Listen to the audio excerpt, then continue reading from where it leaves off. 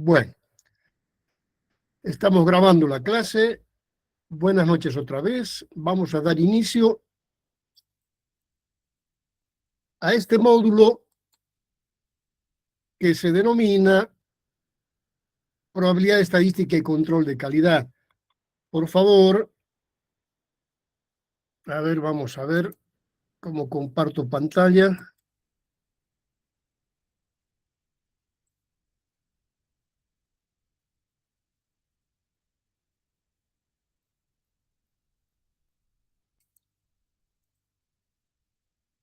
Por favor, díganme si se ve esta primera diapositiva.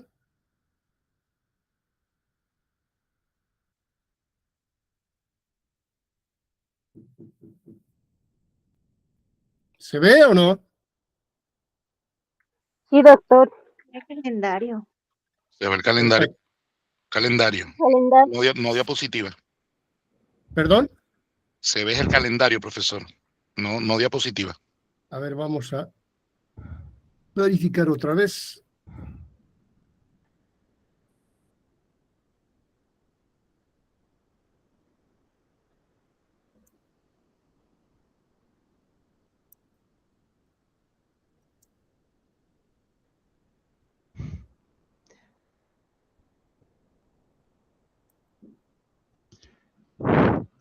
Creo que tiene que ir al archivo.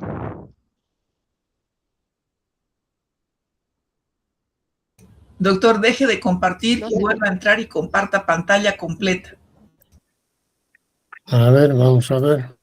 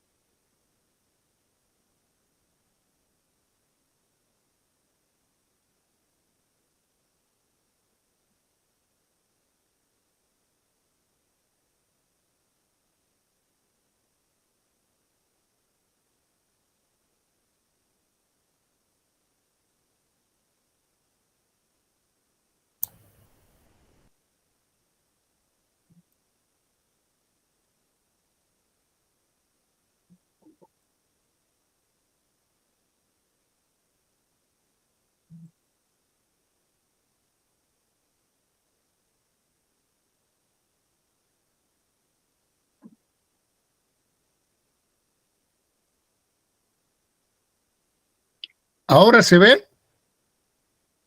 No. ¿Qué nos quiere mostrar, profesor? Las primeras diapositivas. Entonces no estamos viendo eso. Estamos viendo su pantalla del calendario y seguramente debe ser la página del calendario justamente de la cita. Entonces, fíjese arriba sus pestañas.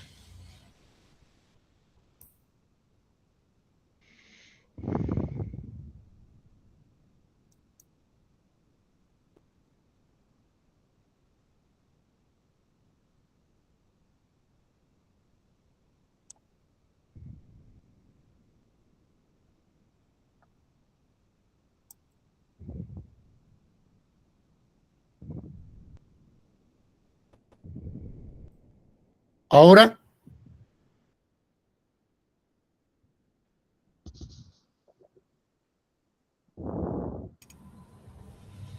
¿Ahora? No. Pinche donde mostrar pantalla. Ahí.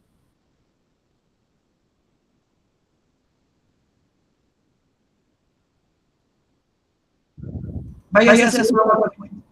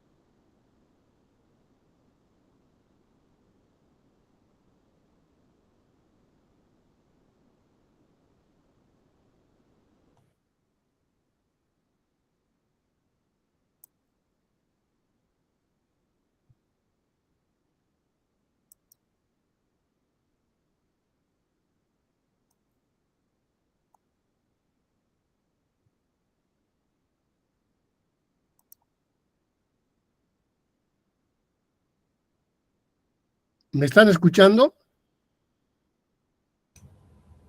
Sí.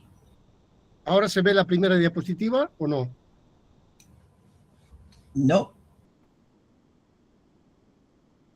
No sé qué está pasando. A ver, ventana, compartir.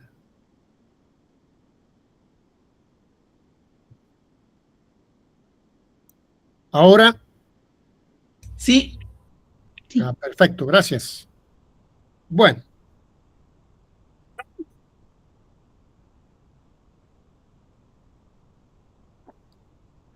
Este módulo es el antepenúltimo. Se denomina probabilidad estadística y control de calidad. Aunque yo le puse probabilidad y estadística porque son los dos temas fuertes, digamos, del módulo.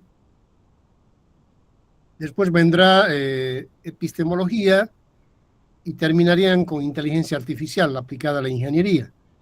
Y con eso terminan sus módulos, ¿no? Y deberían dedicarse fundamentalmente, después de eso, a la tesis y a publicar sus artículos. Muchos de ustedes, imagino, han debido cursar alguna asignatura, en pregrado quizás, o tal vez en posgrado, vinculada con esta rama de las matemáticas, probabilidad y estadística.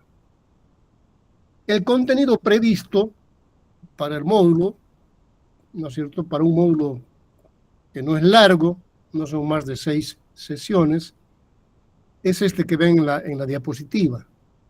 Una introducción, elementos de estadística descriptiva, correlación y regresión, y finalmente modelos de distribución de probabilidades. Nosotros, debido al escaso tiempo que disponemos, vamos a obviar el tema 2, elementos de estadística descriptiva, porque es un tema muy sencillo, ¿no? Que básicamente se centra en el cálculo de algunos indicadores estadísticos, la media, la desviación típica, la varianza, el coeficiente de variación, la construcción de histogramas, en fin, es algo muy sencillo, que ustedes lo pueden consultar en cualquier libro de estadística básica. Si nos interesa, para fines de investigación, seguramente muchos de ustedes, o algunos de ustedes, no sé cuántos, en su tesis medirán variables en laboratorio o en campo, pero mediciones al fin.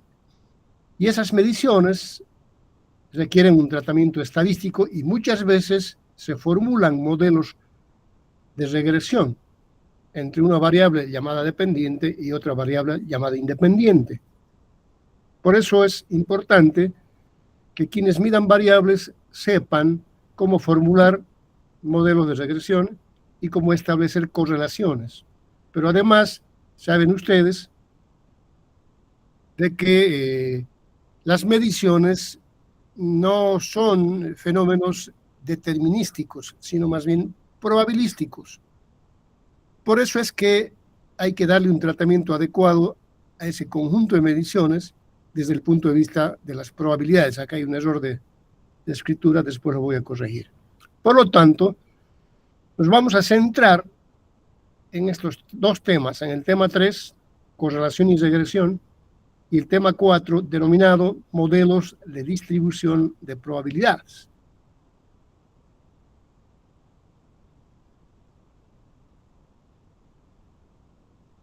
¿Cuáles son las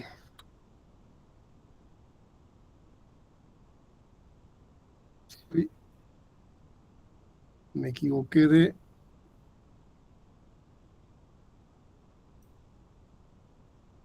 un segundito, me equivoqué de diapositivas. Ya, ahora sí.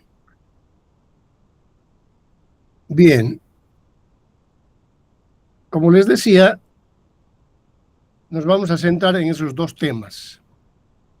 La pregunta que podrían hacerse ustedes es ¿qué competencias van a adquirir al terminar el módulo? Voy a explicar un poquito este asunto para que quede claro.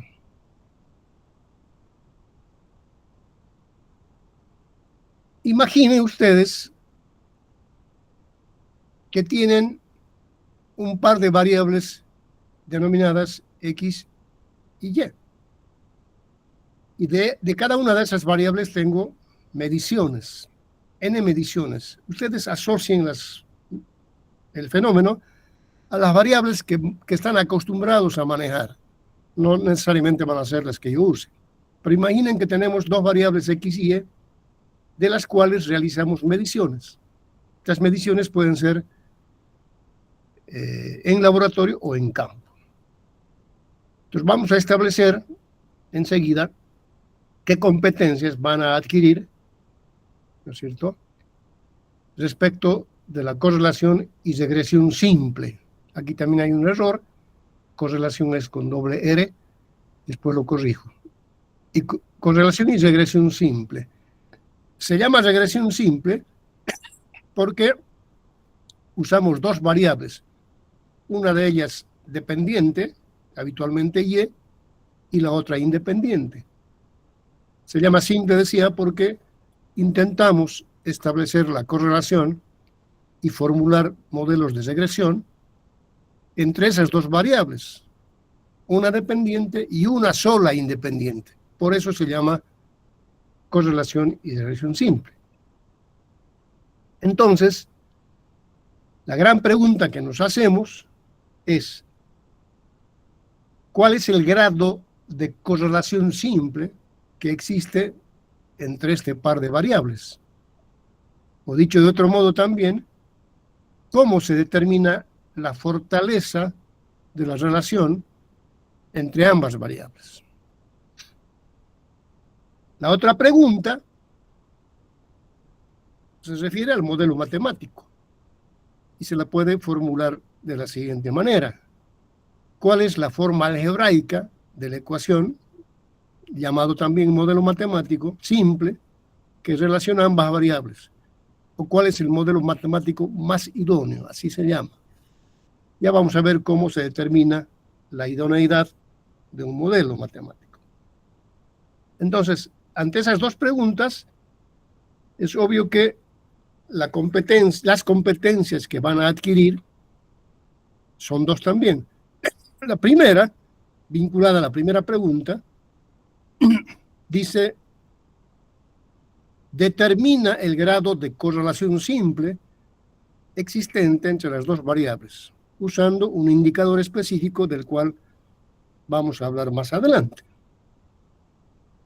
Y la segunda competencia formula el modelo matemático de regresión simple más idóneo y relaciona ambas variables, la independiente y la dependiente. Entonces, es lo que pretendemos hacer en correlación y regresión simple, ¿no? La idea es establecer el grado de correlación entre ambas variables, primera cosa, y segunda cosa, determinar cuál es el modelo matemático más idóneo que refleje la relación entre ambas variables. Pero también vamos a hablar de correlación y regresión múltiple. ¿En qué consiste esto? Imaginemos que tengo una variable dependiente y varias variables independientes, concretamente P variables independientes, X1, X2 hasta la XP. Y de cada una de esas variables, tanto la dependiente como las P independientes, tenemos n mediciones. Entonces, la gran pregunta aquí es también parecida a la que hicimos para la regresión simple. ¿Cuál es el grado de correlación múltiple existente entre la variable Y, denominada dependiente, y las P variables independientes? O dicho de otro modo, ¿cuál es la fortaleza de la relación entre ellas? Una dependiente y P variables independientes. Del mismo modo, de manera similar a la regresión simple, ¿cuál es el modelo matemático de regresión múltiple que relaciona la variable dependiente Y con las P variables independientes? ¿O cuál es el modelo más idóneo? Frente a esas dos preguntas, se diseñan dos competencias. La primera determina el grado de correlación múltiple existente entre la variable Y dependiente y las P variables independientes.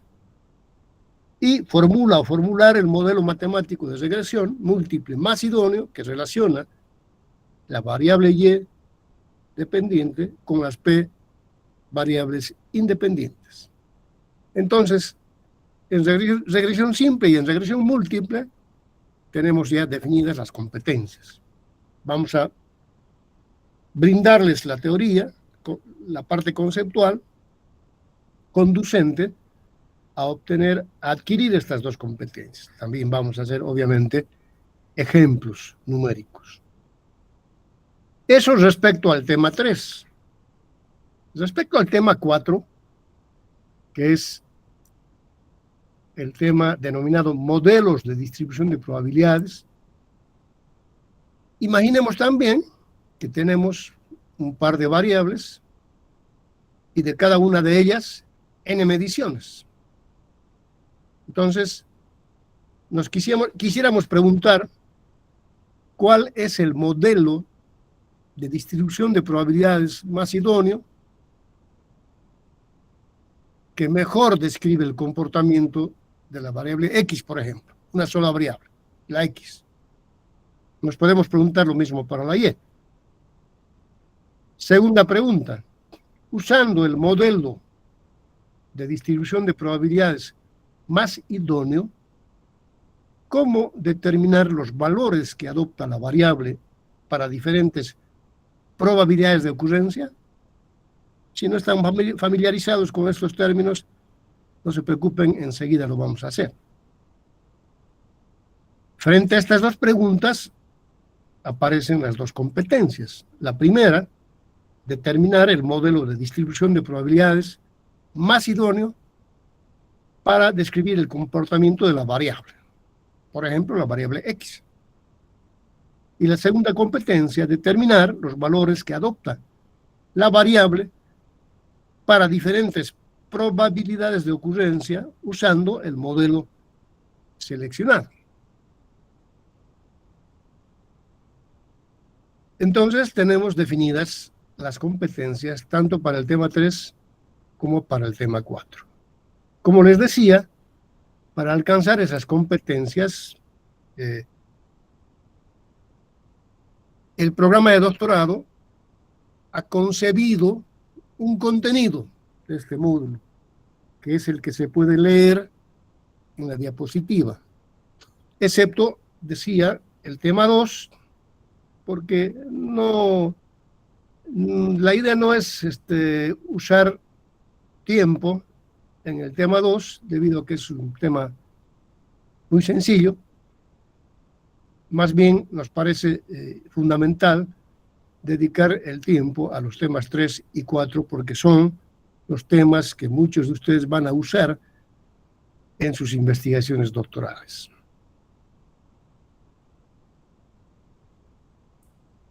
Para lograr alcanzar esas competencias en base a los contenidos ya mostrados, obviamente que usamos una literatura. Ahí yo les presento, hay mucho libro de probabilidad y estadística aplicada a la ingeniería especialmente. Yo he seleccionado 5 nada más, pero hay un montón de libros. El primero a mí me parece el libro más completo. Infelizmente para muchos está en inglés. Todos los otros están en español. El segundo, de Debore, Probabilidad y Estadística para Ingeniería y Ciencias. El tercero, Introducción a la Probabilidad y Estadística, de Mendenhall y otros. El cuarto, de Spiegel. Spiegel es acá, hay un error también de escritura. El Spiegel es un libro muy conocido de estadística. Y me parece que este también, Walpole, Probabilidad y Estadística para Ingeniería y Ciencias. De cualquier manera, el libro con el que ustedes más simpaticen va a ser útil, siempre y cuando, ¿no es cierto?, aborde problemas relativos a la ingeniería, y especialmente esos dos temas, regresión y correlación y modelos de distribución de probabilidades.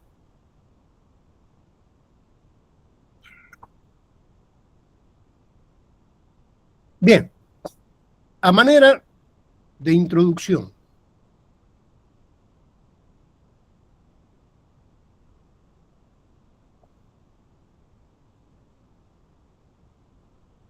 normalmente se define a la estadística como la ciencia de los datos, o la parte de la matemática que trata con datos. Entre los problemas que nos ayuda a resolver la estadística tenemos procesamiento, resumen, descripción, exploración, análisis y presentación de los datos.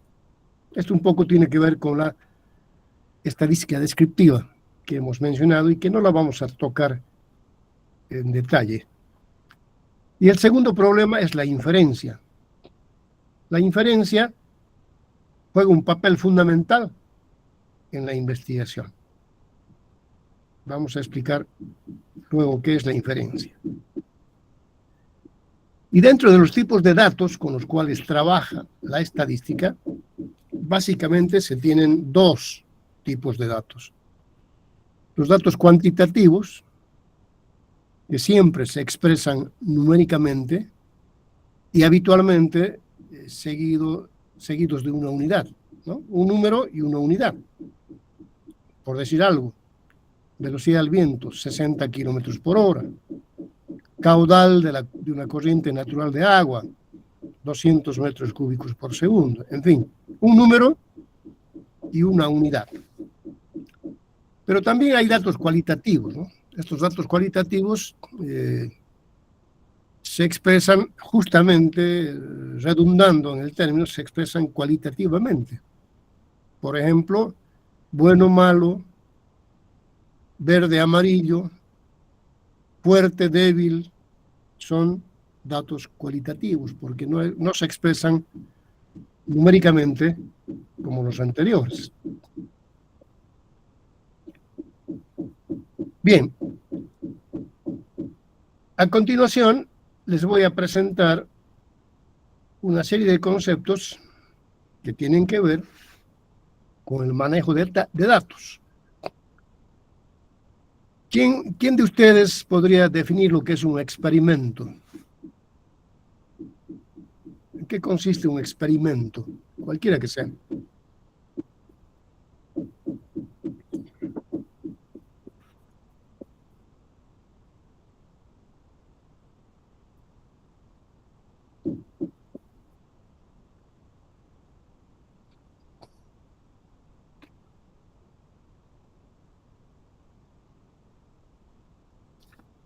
¿Me están escuchando?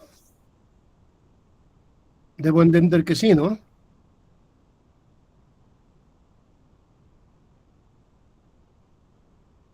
¿Me escuchan? Hola, hola. Sí, doctor. Bueno, me quedo más tranquilo. Bueno, un experimento podría definirse como un hecho, un fenómeno, que puede repetirse bajo las mismas condiciones. Hay varios tipos de experimentos, ¿no? Por ejemplo, lanzar un dado sobre la mesa podría considerarse como un experimento. Medir una variable en un laboratorio también podría considerarse como un experimento. Si yo este fenómeno lo repito, puede repetirse en las mismas condiciones, entonces lo llamamos experimento. Un experimento puede ser aleatorio. Se dice que un experimento es aleatorio cuando, midiendo las variables que reflejan ese experimento, nunca obtengo los mismos valores. Siempre hay diferencias, por más que la medición la haga en las mismas condiciones y de la misma variable. Ejemplo, yo puedo medir la velocidad de una corriente de agua en la misma sección del río, bajo las mismas condiciones, con los mismos instrumentos, pero casi con seguridad que no vamos a obtener el mismo valor de la velocidad. Y ese experimento lo vamos a llamar aleatorio. El concepto de variable. Bueno, el término lo está diciendo, ¿no? Es algo que varía respecto de otro algo. Por ejemplo, la velocidad en función del tiempo, variable en función del tiempo. O el caudal de una corriente de agua en función del tirante, de la profundidad del agua. O sea, el caudal varía respecto de ese tirante. Y así encontramos muchas variables, especialmente en el mundo de la ingeniería. Como habíamos dicho antes, las variables pueden ser cualitativas y cuantitativas, y ya no vamos a repetir eso. Pero también hay variables aleatorias. Así como hay experimentos aleatorios, las variables asociadas a esos experimentos aleatorios se llaman también variables aleatorias. Estas variables aleatorias están sujetas al azar y al estar sujetas al azar se pueden aplicar las leyes de la probabilidad y se pueden usar modelos de distribución de probabilidades para describir esas variables y para hacer cálculos relacionados a ellas. Una variable aleatoria puede ser discreta y puede ser continua. Las variables discretas están asociadas a los números naturales y se cuentan, por decirlo de alguna manera. Por ejemplo, si yo quiero saber cuántos estudiantes de este programa de doctorado tengo inscritos, lo único que tengo que hacer, tomar la lista y contar cuántos son. 24, 23, etcétera. Solamente puede tomar valores correspondientes a los números naturales. Del 0 para arriba. Nunca voy a decir hay 3 estudiantes y medio. Hay 3 o hay 4. Nunca voy a decir hay 25,5 estudiantes. Son 25 o son 26. Siempre expresados en términos de los números naturales. Expresadas las variables en términos de los números naturales. En cambio, las variables continuas están asociadas a fenómenos que se miden. Por ejemplo, si pienso en el flujo del agua en un río, ese es el fenómeno, el flujo del agua, hay varias variables que yo puedo medir. Puedo medir la profundidad del agua, puedo medir la velocidad de la misma, puedo medir la concentración de sedimentos, etc. Y estas variables, al medirse, se expresan numéricamente y pueden tomar cualquier valor dentro de un rango determinado. Incluso pueden tomar valores con decimales. Y habitualmente vienen acompañadas, estas variables, de una unidad, ¿no? Ejemplo, el caudal de una corriente de agua. 30 metros cúbicos por segundo. Al igual que las variables aleatorias discretas, las continuas tienen la particularidad de que por más que yo haga la medición en las mismas condiciones, en el mismo lugar, con los mismos instrumentos, nunca voy a obtener 2 valores idénticos. Por eso se llaman aleatorias discretas y aleatorias continuas.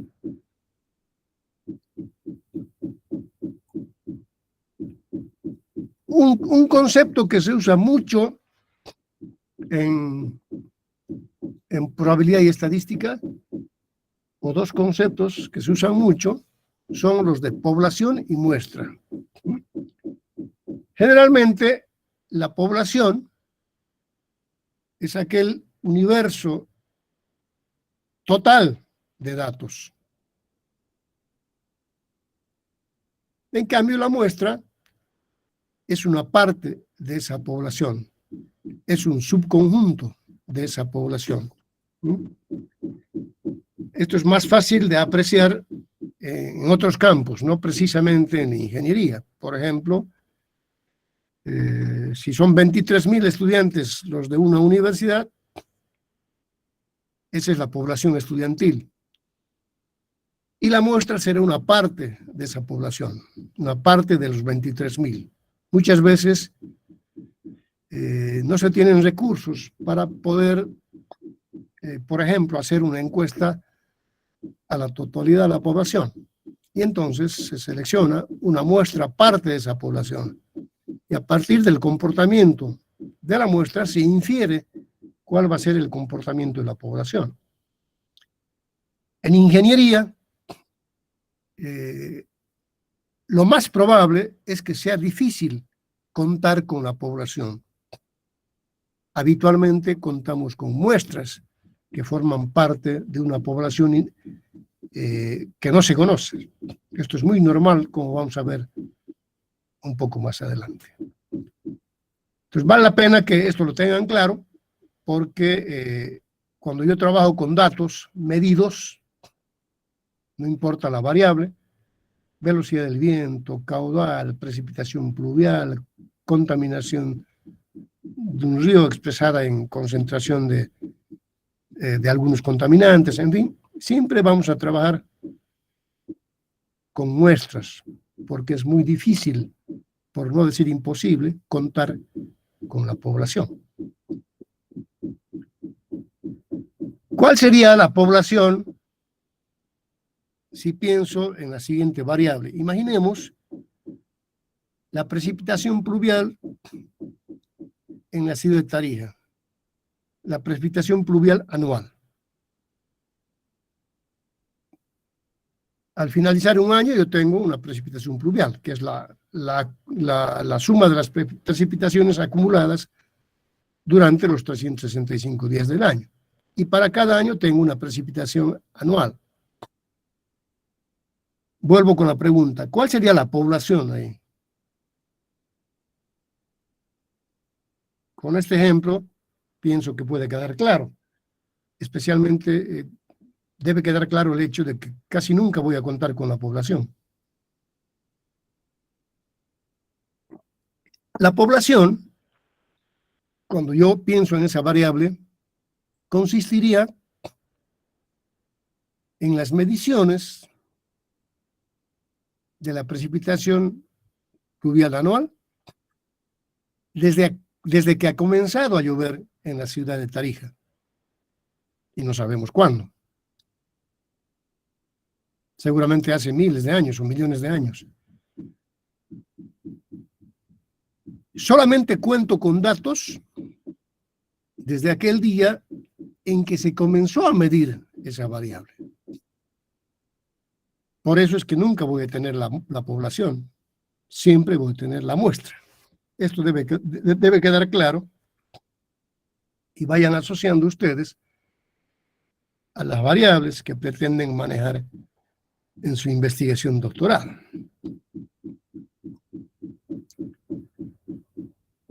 La estadística puede clasificarse en dos ramas, tiene dos ramas la estadística.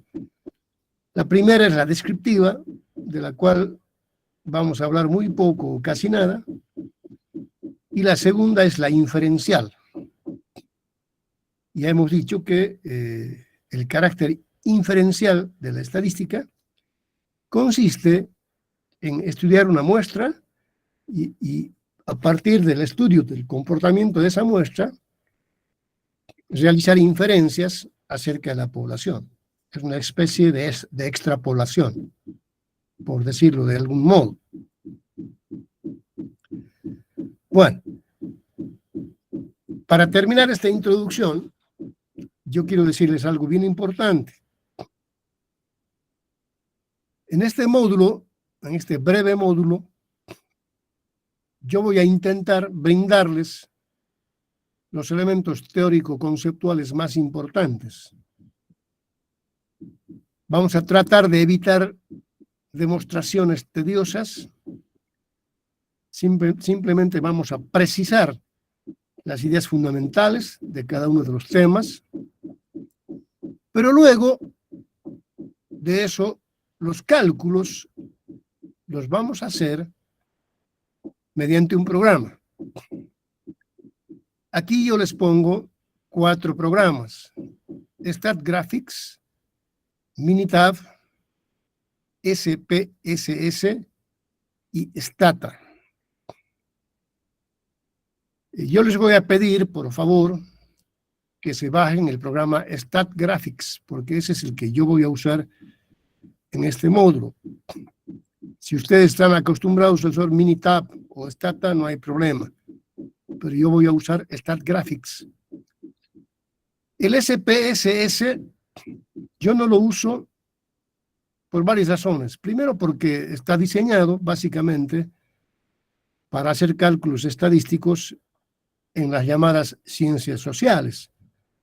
Por eso se llama SPSS, que quiere decir Statistical Package for Social Sciences. En cambio, el Minitab y el StatGraphics son programas más útiles para el ingeniero. Y particularmente el de mi preferencia es el StatGraphics. Por favor, para la próxima sesión, quiero que todo el mundo tenga instalado el StatGraphics en su máquina. Circula en la red, en internet, las versiones piratitas con su crack, pero también pueden bajar de la página oficial del programa. Solo que esa descarga les va a durar, no sé si un mes o 20 días, no estoy muy seguro, pero pueden descargar de la página oficial de StatGraphics. Entonces, para la próxima clase, por favor, todos tengan instalado el StatGraphics, porque yo creo que si no es ahora, si no es hoy, en la próxima sesión vamos a comenzar a manejar el programa. Doctor, disculpe, igual que el Word, ¿existe alguna versión última para buscarla? Bueno, yo tengo la versión 19, pero entiendo que la versión 19 que yo tengo es pirata. La tengo con su crack. Pero si ustedes ingresan a la página oficial pongan en el Google pongan StatGraphics y va a aparecer la página oficial. Seguramente que hay alguna otra versión más actual que la que yo tengo, la 20, por ejemplo. Yo manejo la 19. ¿De acuerdo? Bien. Bueno, gracias, doctor. Nos vamos a meter en el plato fuerte del módulo, en uno de los platos fuertes, que es el tema de correlación y regresión, el tema que aquí figura como número 3.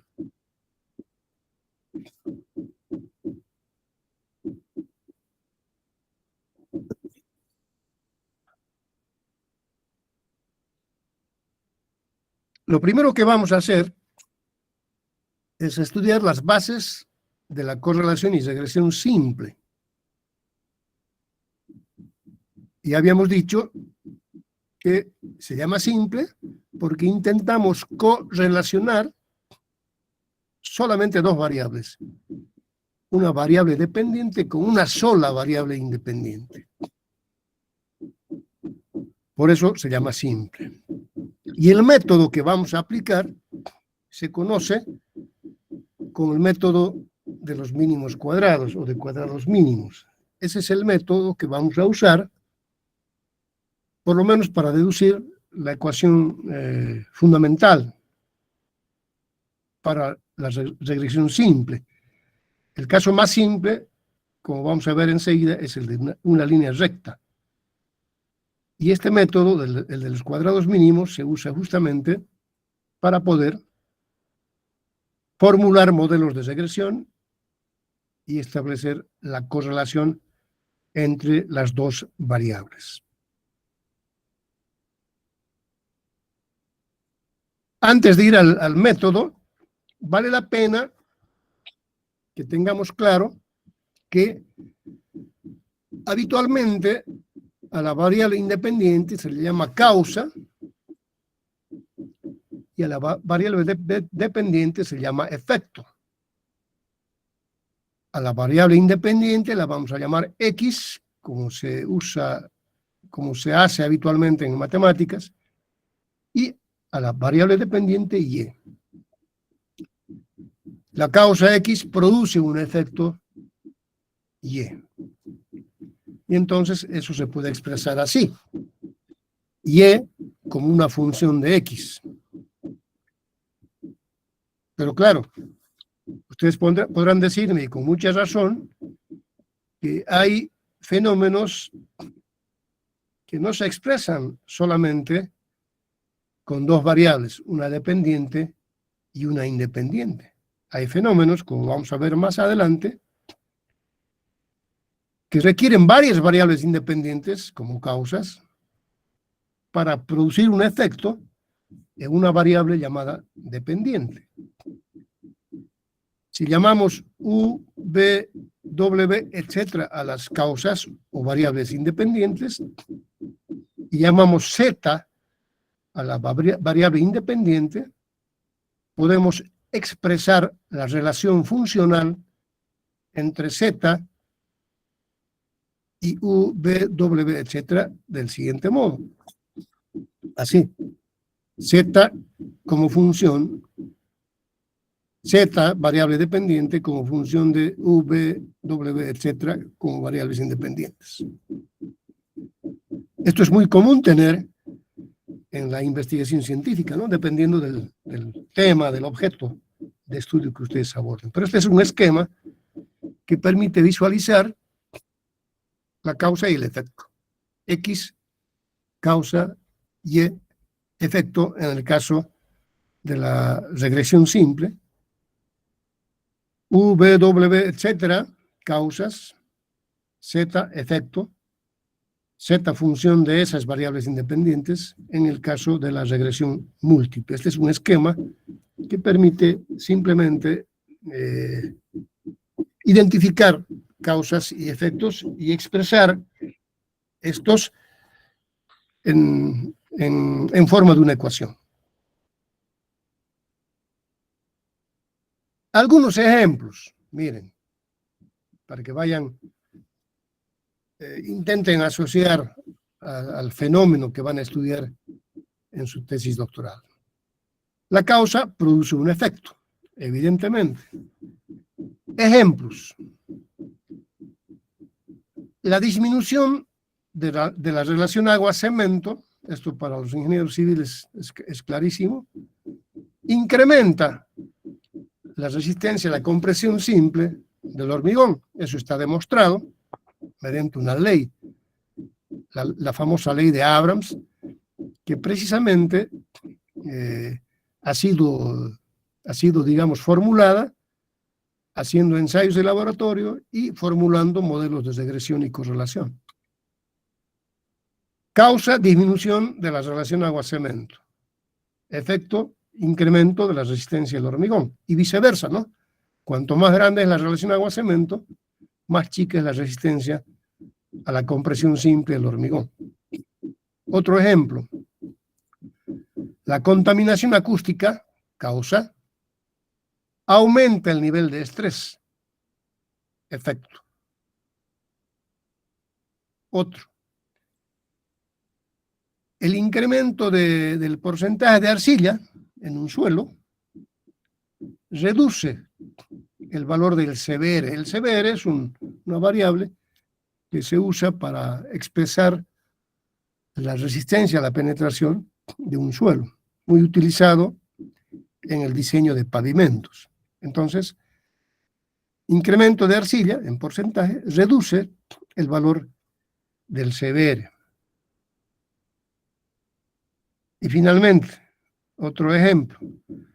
Consumo alto de café y cigarrillo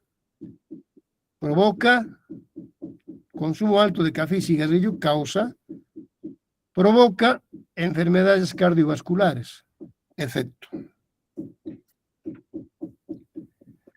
Entonces, tanto las causas como los efectos listados en este esquema son variables que pueden ser expresados numéricamente, ¿no? Fíjense que dentro de las causas, la relación agua-cemento, agua sobre cemento en pesos, se expresa numéricamente.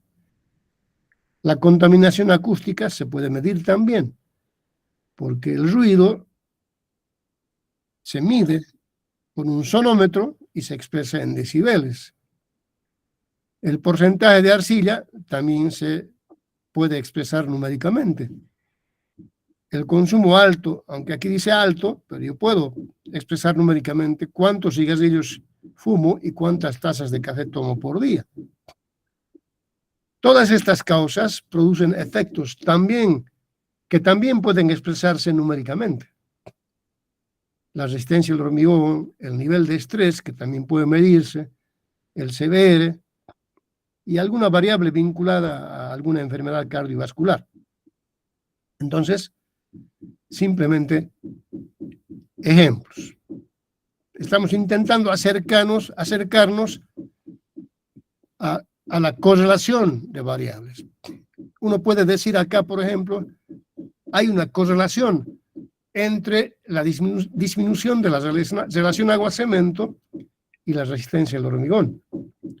Hay una correlación entre la contaminación acústica y el nivel de estrés. Hay una correlación entre el incremento de arcilla en porcentaje y el valor del CBR. Y hay una correlación entre el consumo alto de café y cigarrillo y las enfermedades cardiovasculares. Poco a poco nos estamos aproximando al concepto de correlación. El prefijo co, en la palabra correlación, el prefijo co significa que se trata de dos variables, ¿no? Una dependiente y una dependiente, o de una dependiente y varias independientes, pero siempre correlación.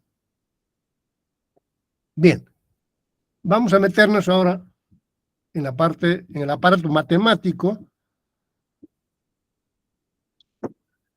que nos va a permitir hacer muchas cosas. A ver.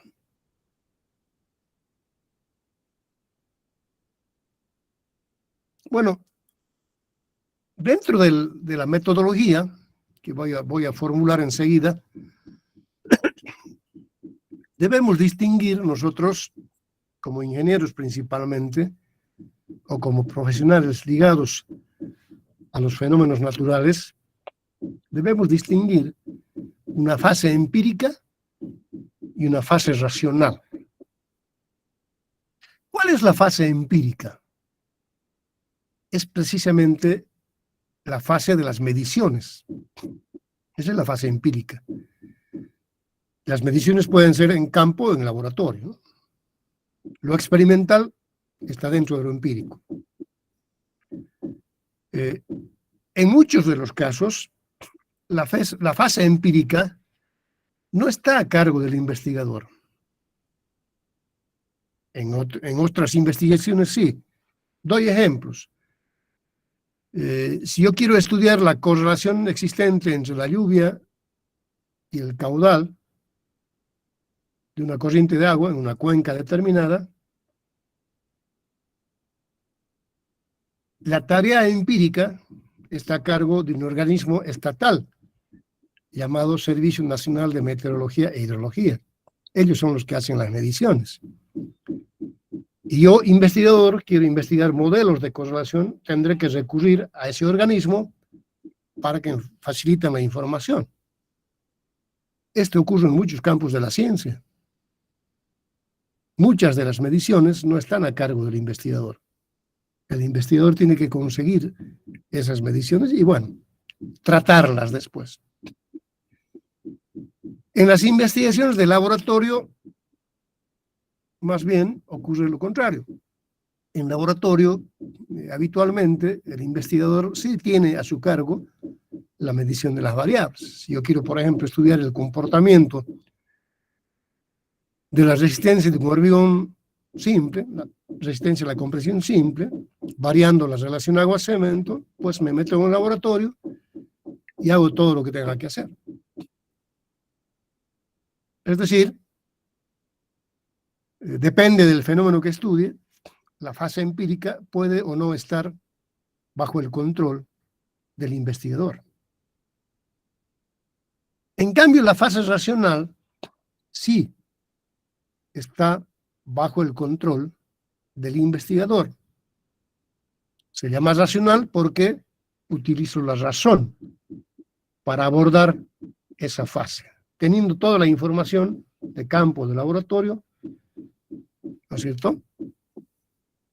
Me siento en mi escritorio, en mi sillón, agarro mi computadora y empiezo a manipular la información, los datos, a jugar con ellos, a manipular, a formular correlaciones, modelos, en fin, hacer todo lo que se pueda. Y esa es la fase racional. Hay un problema cuando los datos medidos no están bajo el control del investigador, y es la confiabilidad de los mismos. Yo no sé cómo han medido, qué dificultades han tenido, qué tipo de instrumentos han utilizado para medir, si esos instrumentos han estado calibrados o no. Desconozco muchas cosas.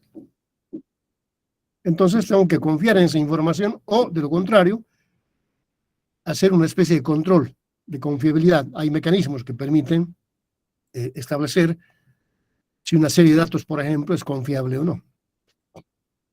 En cambio, sí, la fase racional está bajo el control del investigador, en nuestro caso, del ingeniero, digamos. Bien. Vamos un poco ahora a meternos en la parte matemática, les decía. Tengo un par de variables, X y Y. Tengo n mediciones de la variable X y n mediciones de la variable Y. ¿De acuerdo? Ahora, imaginemos que X sub 1 es el menor de los valores obtenidos al medir la variable X. Y X sub n es el mayor. Por eso pongo X sub 1 es menor que X sub 2, menor que X sub y cualquiera, menor que X sub n. Y con Y, supongamos que sucede exactamente al revés. Es decir, Y sub 1 es el valor más grande, Y sub 2 es el que le sigue, y Y sub n es el más pequeño. Por eso pongo acá, Y sub 1 es mayor que Y sub 2, etcétera, mayor que Y sub n.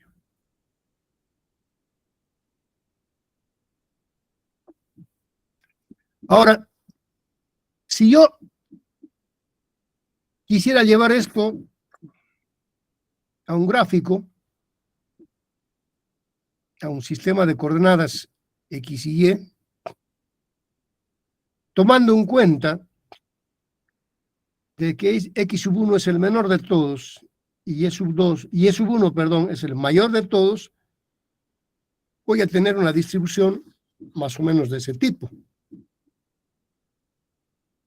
¿No es cierto? La gran pregunta es, si yo tengo un diagrama, esto se llama diagrama de dispersión, un diagrama de dispersión de esa naturaleza, la gran pregunta es, ¿a qué expresión matemática o algebraica o qué expresión matemática representará de mejor manera esa tendencia, ese diagrama de dispersión.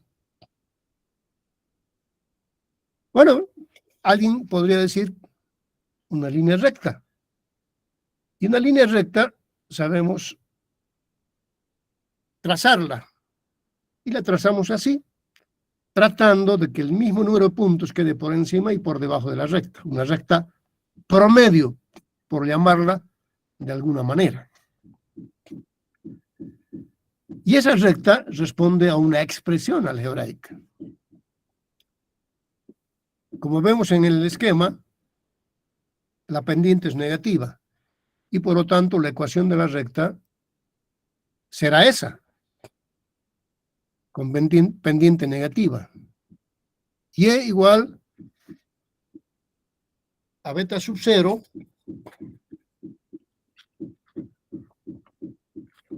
y igual a beta sub 0 menos beta sub 1 por x. Donde beta sub 0 y beta sub 1 se denominan parámetros del modelo, parámetros de la recta, a ser determinados en base a la información empírica. ¿Cuál es la información empírica?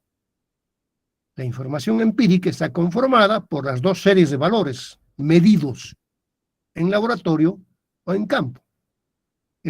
Estas n mediciones de X y estas n mediciones de Y son la información empírica de laboratorio o de campo. Entonces, lo que sé acá es que esta recta tiene pendiente negativa, por eso el signo menos acá, y sé también de la geometría analítica elemental que una recta se expresa de esa manera. Repito, beta sub 0 y beta sub 1 se llaman parámetros del modelo, de este modelo matemático, y estos parámetros se determinan mediante la información empírica disponible. Ya vamos a ver cómo se determina. Para eso vamos a usar, como he dicho antes, el método de los mínimos cuadrados o cuadrados mínimos. Bueno, ahí en el diagrama de dispersión parece que una recta es razonable.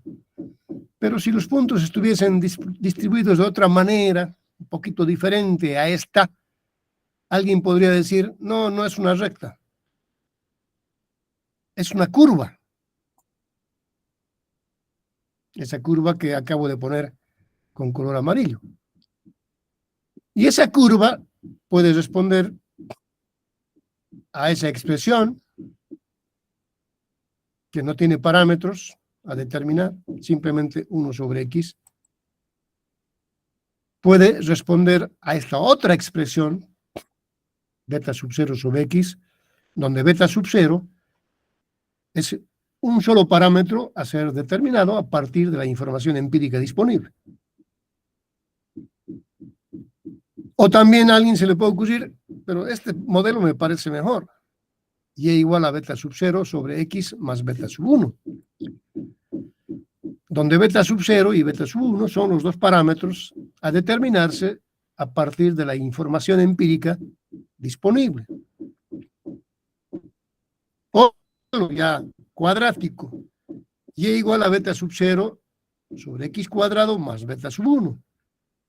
Donde beta sub 0 y beta sub 1 son los parámetros del modelo a ser determinados a partir de la información empírica disponible, que son las mediciones de X y las mediciones de Y.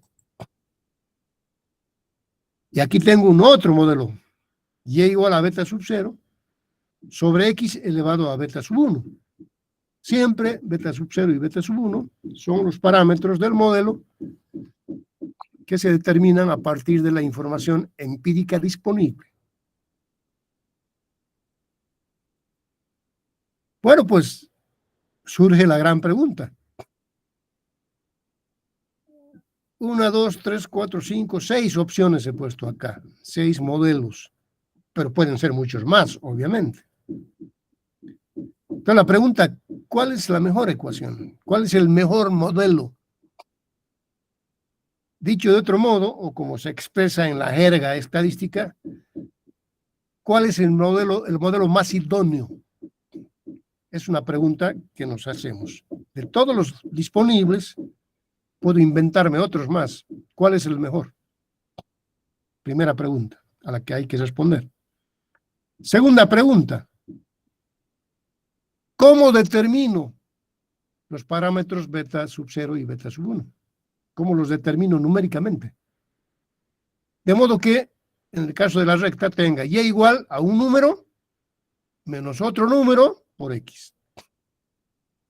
¿Para qué? Para que después, teniendo el modelo y sus parámetros, yo pueda determinar la variable dependiente conociendo la variable independiente. Ya vamos a ver la utilidad de esto más adelante también. Entonces, vamos a intentar responder a estas dos preguntas. De todos los modelos disponibles, ¿cuál es el mejor? ¿No? ¿Y cómo determino cuál es el mejor? ¿Cuál es la mejor ecuación? Y también cómo determino los parámetros beta sub 0 y beta sub 1 a partir de la información empírica disponible. Bien. Seguimos. Ahora sí, vamos al aparato matemático.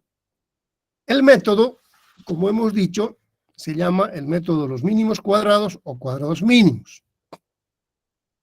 Y lo vamos a usar en este caso para el modelo lineal simple, es decir, para una recta. Para ello, otra vez, suponemos la variable dependiente y y la variable independiente x. Realizamos en laboratorio o en campo n mediciones para y n mediciones para x. Llevamos estos pares de valores a un sistema de coordenadas x y y. Y tenemos ese diagrama de dispersión. En este caso estamos suponiendo que el diagrama de dispersión o los puntos van ascendiendo hacia la derecha. De modo que vamos a formular una ecuación lineal con pendiente positiva. Vamos a trazar la recta imaginaria que describe adecuadamente el comportamiento de esos datos. Bueno, cada uno de estos puntos, cada punto blanco que ven ahí, representa un par de valores, x y y. ¿No? Entonces, lo que vamos a hacer es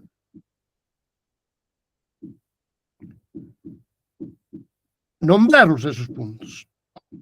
Y sub i, por ejemplo, y sub i, que está definido acá en el esquema, es el valor medido del punto i, un punto cualquiera, genérico, i. Y si trazo una línea horizontal, fíjense, punteada, y corto a la recta, resulta que y sub i, que es el valor medido, menos el valor que está justamente en la línea recta, llamado valor estimado, la diferencia entre ambos se va a llamar error. También suele llamarse residual. Entonces, aquí tengo dos cosas, una cosa clave. Y sub i es el valor medido, y el valor que cae justamente sobre la recta es el valor estimado. ¿Estimado con qué? Con el modelo, con la recta. La diferencia entre ambos se llama error o residual. Al valor estimado, que cae justamente sobre la recta, lo llamamos y sub i, y le ponemos un sombrerito en la parte superior, simplemente para diferenciarlo del valor medido.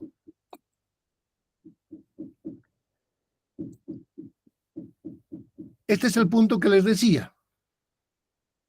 El punto, un punto genérico, y cualquiera tiene dos valores, un x sub y un y sub i. De ese punto bajo la vertical hasta la recta, y tengo de esa manera la diferencia entre ambos, entre el valor medido y el valor estimado con el modelo. Se llama epsilon. Se conoce como error o residual. Ahí tienen el valor y sub i sombrerito, que justamente cae exactamente en la línea recta. Es el valor estimado con el modelo. Esta es la ecuación de la recta. Y es igual a beta sub 0 más beta sub 1 por x, más un error. Ese error, ese epsilon, se demuestra después que es 0. No vamos a demostrar nosotros que es 0. De esta recta, beta sub 1 es la pendiente de la misma. Y beta sub 0 es la ordenada al origen, ¿no? La intersección de la recta con el eje de las y me define beta sub 0, como sabemos de la geometría analítica. Yo puedo expresar el valor estimado y, con sombrerito, como igual al parámetro beta sub 0 más el parámetro beta sub 1 por x. ¿Por qué le pongo sombrerito? Porque el modelo me estima el valor de y. Y beta sub 0 y beta sub 1 también tienen sombrerito porque son parámetros estimados a partir de la información empírica disponible. La única variable que vamos a hacer cambiar es la causa, es decir, x. Vamos a provocar cambios en x para ver cómo cambia y. Causa-efecto. Bueno, el método que vamos a aplicar, en este caso decíamos, se llama el método de los cuadrados mínimos. ¿En qué consiste esto? Vamos a restar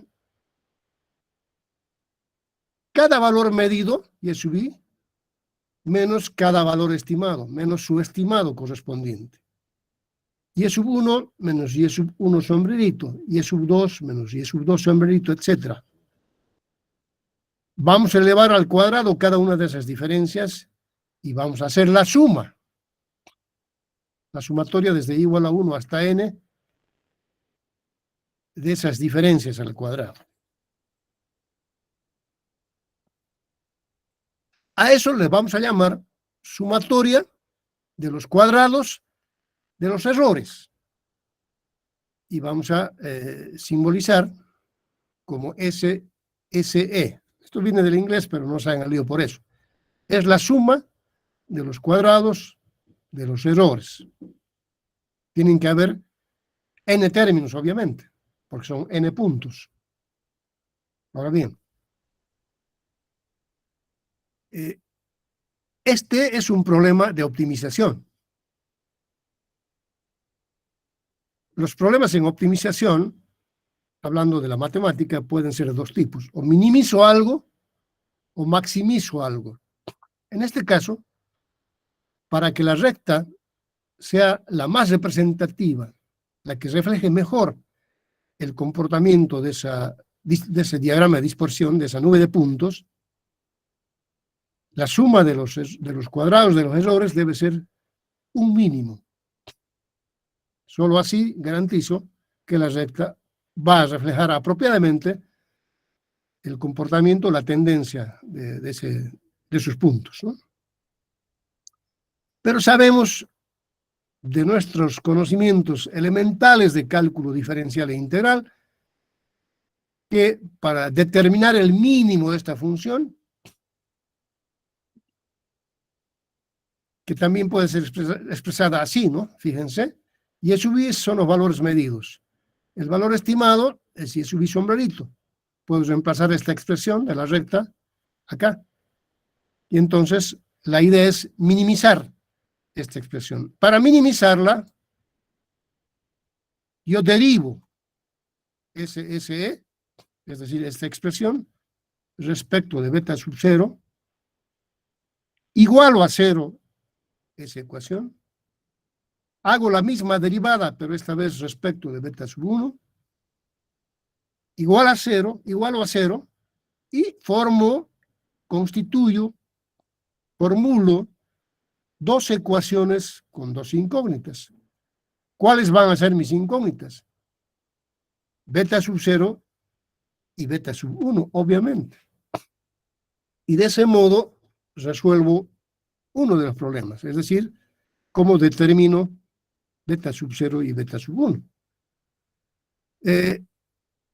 Este caso es muy simple. Ustedes hagan la prueba, deriven esta expresión respecto de beta sub 0, que es muy simple, igualan a 0, la derivan respecto de beta sub 1, la igualan a 0, tienen dos ecuaciones con dos incógnitas, las resuelven y van a obtener las expresiones para beta sub 0 y beta sub 1. Y ahí están las soluciones.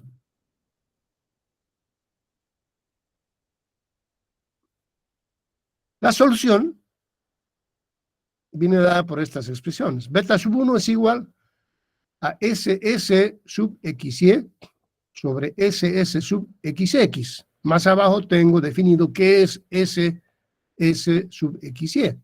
Fíjense, es la sumatoria de los productos de X sub I por Y sub I, desde 1 hasta N, menos la sumatoria de todos los valores de X por la sumatoria de todos los valores de Y sobre N. Eso es SS sub XY, que figura aquí en el numerador de beta sub 1. Y en el denominador figura SS sub XX. ¿Qué es eso? Es esto que ven aquí abajo. Sumatoria de X sub I al cuadrado, donde los X sub I son las mediciones de la variable X, desde igual a 1 hasta N, menos la sumatoria de los X sub I, todo esto al cuadrado, sobre N, donde N es el número de mediciones de cada una de las variables. Entonces, de esta manera calculan beta sub 1 y beta sub 0. Ya conociendo beta sub 1, beta sub 0, se demuestra que es igual al valor medio de Y menos beta sub 1 ya calculado por el valor medio de X. De esa manera, calculamos beta sub 1 y beta sub 0. Beta sub 1 y beta sub 0. Por lo tanto, habríamos respondido a una de las preguntas, ¿no? Vuelvo atrás un cachito. A una de las preguntas. ¿Cómo calculo beta sub 0 y beta sub 1? Lo acabamos de mostrar. Bien. ¿Qué más? Esta es la solución. Bien. ¿Qué pasa si mi expresión es no lineal? No es una línea recta. Por ejemplo, esa expresión fuese lineal si el exponente b fuese igual a 1, pero no es igual a 1, es diferente de 1, entonces no lineal. Si es no lineal, uno matemáticamente puede jugar con ciertas transformaciones, por ejemplo, aplicar logaritmos a ambos miembros, y tengo esa expresión de más abajo. Y esa más, ¿no? Aplicando la propiedad logaritmo. Este exponente viene por acá, B, logaritmo de A más X por logaritmo de B. Y si yo hago un cambio de variable en esta última expresión, la convierto en lineal otra vez, fíjense. Al logaritmo de Y le llamo Y', al logaritmo de X le llamo X', al logaritmo de A llamo A mayúscula, B minúscula sigue siendo B minúscula, entonces convierto esta expresión no lineal en una lineal. Y el problema está resuelto, ya sabemos cómo hacerlo para el caso lineal. Vamos a terminar esta clase cerrando con un concepto o dos conceptos muy importantes. El primero es el concepto de correlación.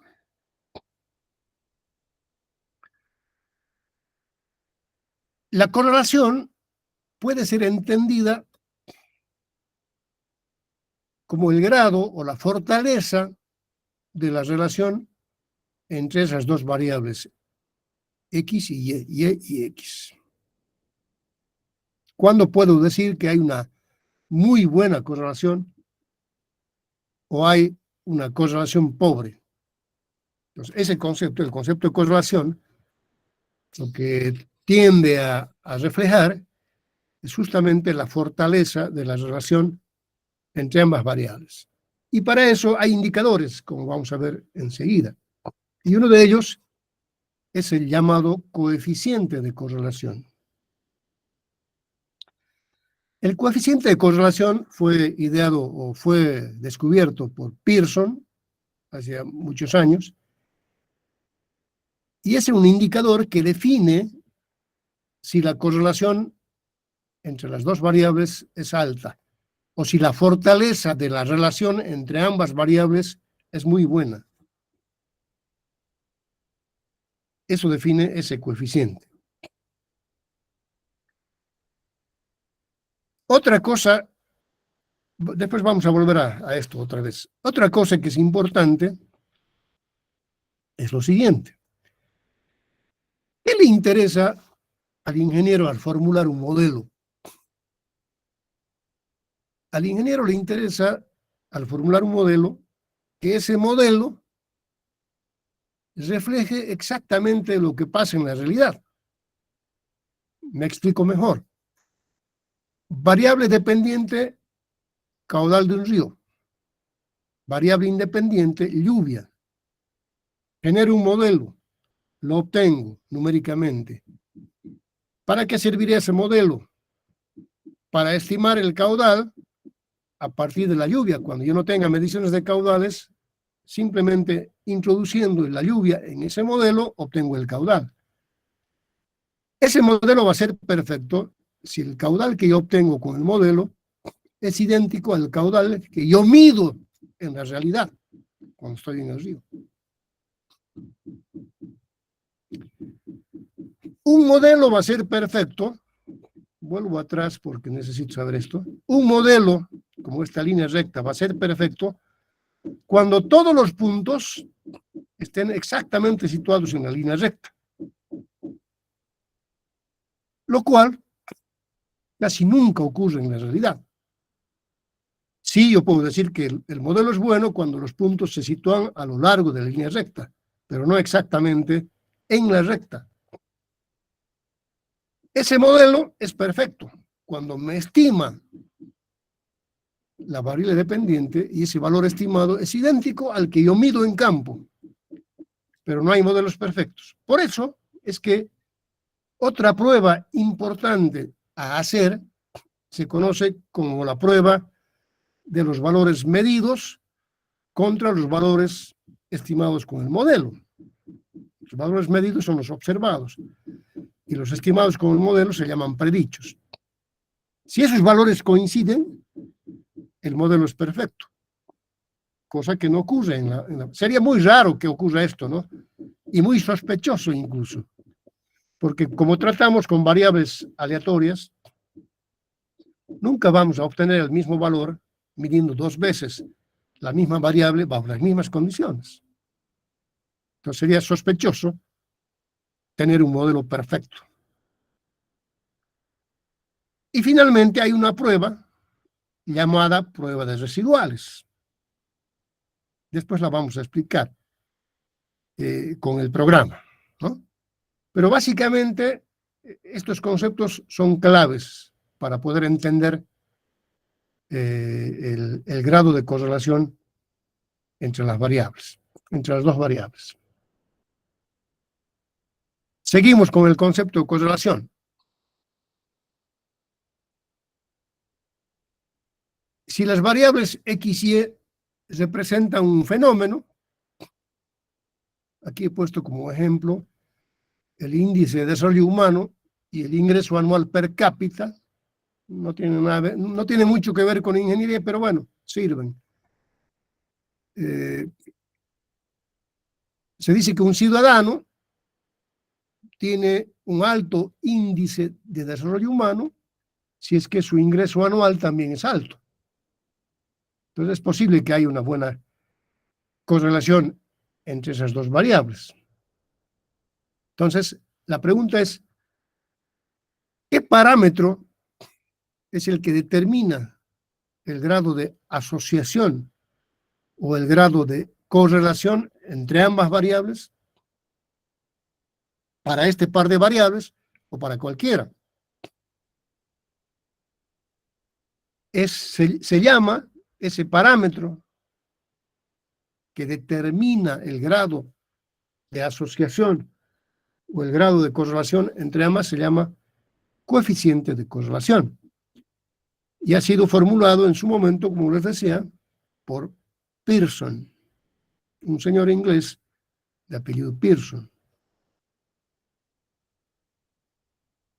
El coeficiente de correlación, que lo vamos a designar como R a partir de ahora, R mayúscula, es una medida de la fortaleza de la relación entre las dos variables.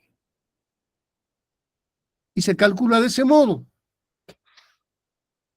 Ese coeficiente de correlación es igual a SS sub XY sobre la raíz cuadrada de SS sub XX por SS sub YY.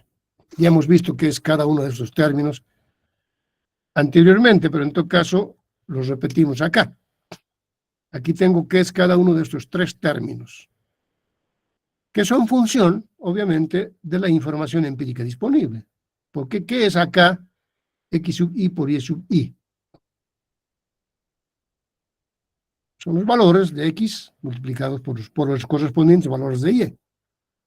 Y así, esto pueden interpretar ustedes muy fácilmente. Entonces, de esta manera se calcula el coeficiente de correlación. Y vamos a, finalmente, formular un par de teoremas.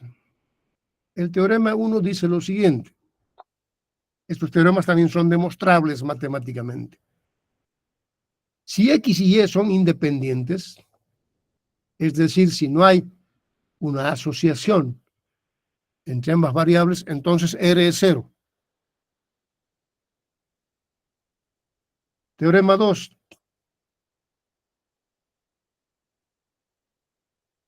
El teorema 2 indica que R toma valores comprendidos entre menos 1 y más 1. Es decir, R es menor o igual que 1 y mayor o igual que menos 1. Segundo teorema. Siempre va a tomar valores comprendidos entre menos 1 y 1. Basado en estos dos teoremas, algunos autores han establecido una escala. Una escala que permite establecer cuál es el grado de correlación entre los pares de variables, entre el par de variables, X y Y. Por ejemplo, Kolomensky, que está citado en un trabajo de Tai y otros, en el año 2017, ha propuesto la siguiente escala, que cuando el coeficiente R en valor absoluto, lo ponemos en valor absoluto porque ya hemos dicho más arriba que puede ser positivo o negativo, está entre 0 y 0,5, el grado de correlación es muy débil. Cuando está entre 0,5 y 0,7, el nivel de correlación es débil. Cuando R está entre 0,7 y 0,9, el nivel de correlación es alto. Y cuando está entre 0,9 y 1, el nivel de correlación es muy alto. 1 no se va a presentar nunca, al menos en variables que son producto de la medición. Y Taylor, en el año 90, también ha propuesto una tabla, un cuadro, una escala similar a la anterior, ¿no? Con valores un poquito diferentes. Cuando R está entre 0 y 0,35, el grado de correlación es débil. Cuando está entre 0,36 y 0,67, el grado de correlación es moderado. Cuando está entre 0,68 y 1, el grado de correlación es alto. Y cuando R es mayor que 0,90 en valor absoluto, el grado de correlación es muy alto. Obviamente, un modelo idóneo que permita pronosticar la variable dependiente en función de la independiente tendrá que tener coeficientes de correlación altos para que el modelo sea idóneo, para que el modelo sea confiable. Para que yo diga, sí, este modelo me pronostica la variable dependiente en función de la independiente.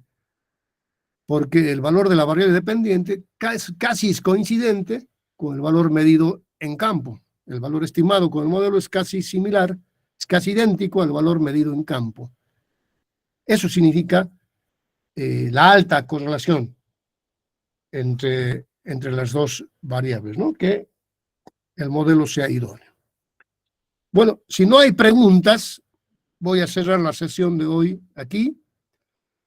Y yo espero que el jueves es la otra sesión, lunes y jueves como siempre, por lo menos en mi caso. Yo espero que todos tengan instalado el programa StatGraphics, por favor, porque a partir del jueves vamos a comenzar a manejar el programa. Ya les he dicho que toda la parte conceptual teórica la vamos a hablar, la vamos a discutir, pero todos los cálculos los vamos a hacer con el programa, obviamente interpretando lo que sabe hacer el programa. Bueno, si no hay consultas, aquí nos quedamos. Esta clase está siendo grabada, yo creo que mañana ya la van a tener. Que tengan una buena noche. Doctor, buenas noches. Para bajar el programa que nos indicó, ¿podría volver a repetir, por favor, de qué página podemos hacerlo? Pongan el nombre del programa, StatGraphics, nada más. ¿Me escuchan? StatGraphics, ya. StatGraphics. Ponen el nombre y fácilmente les va a aparecer la página. Esto tienen que poner, fíjense. StatGraphics. ¿Lo leen? ¿Pueden leerlo? Sí. Bueno, eso, nada más. Pónganlo en el Google, va a aparecer la página principal y van a poder descargar el programa, aunque con limitaciones en cuanto a tiempo, ¿no? No sé si es un mes o 20 días, no me acuerdo bien. Pero bueno, va a ser suficiente para que cursen el módulo. También la otra opción es buscarlo en internet.